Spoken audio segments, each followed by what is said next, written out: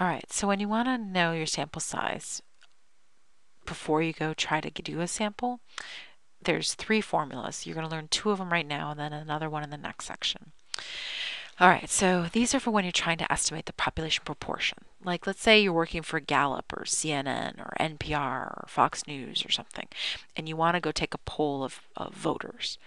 Well, how many voters do you need to get? And the answer is it all depends on how confident you want to be and how much error are you willing to live with, right? And that's what these formulas show. Now, the top formula is the one that you use when you just have when you have a prior estimate, excuse me, when you have like some old poll that you can put in there. So, for example, let's say the president's approval rating from last week, you can use this number from last week to plug in here for p hat. Like, let's say his approval was 40% last week, so you put 40% in here and 40% in here, and then you can use that to figure out your sample size. Down here, you have the one that you use when you just have no idea. See, if you don't have any clue what p hat is, what would be your best guess? 50, right? Because it's binomial, so 50, 50. 50% here, 1 minus 50% here, which would be 50, 50. And 50% times 50% makes 25%, and that's where that formula comes. So, for example, let's suppose it's a presidential election and it's a really, really close race.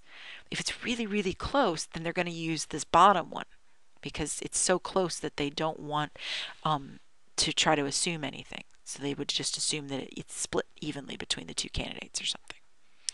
Okay, so how many how many JCC students must we poll to find out whether people think statistics professors at JCC are awesome?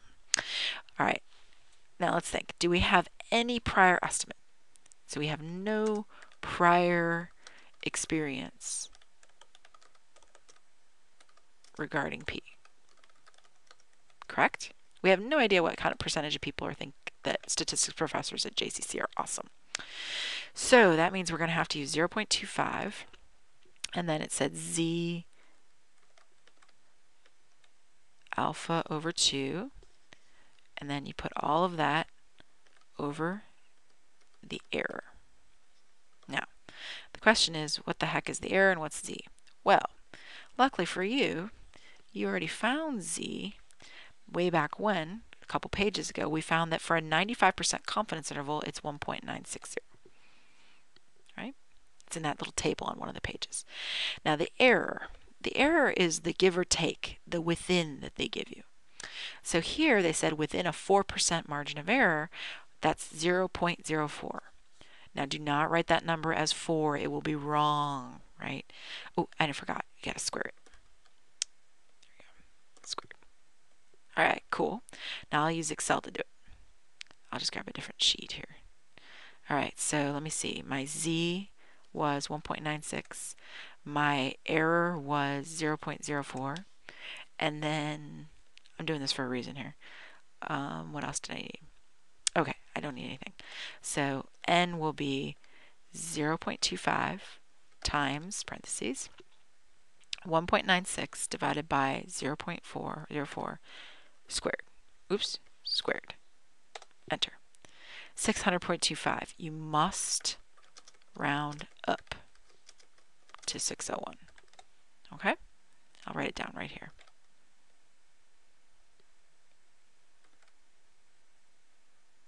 So equals 600.25, which rounds to 601. Now why 601? Well, it's because you can't go any lower than 600.25. If you go any lower than that, you won't have the error that you were looking for. So you have to go up. And since you have to go up, you go up to 601. Right? Of course, real statisticians, what they'll probably do is round up to 700 because they know that they're not going to get the accuracy they want anyway. But suffice to say that they have to go at least 601. All right, so that's how to do that one. And that's also how to do the next ones, but some things are going to change. So let's see, this one's with a 3%. It's still 95%, but it's 3%. Now, because I did this correctly, watch.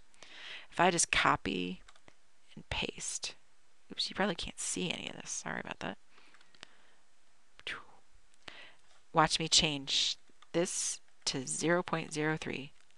Boom! Yeah, that's the beauty of using cell references. Then you can just change stuff like that and it'll just happen automatically. Nice, huh? All right, so now it's become so big, 1067.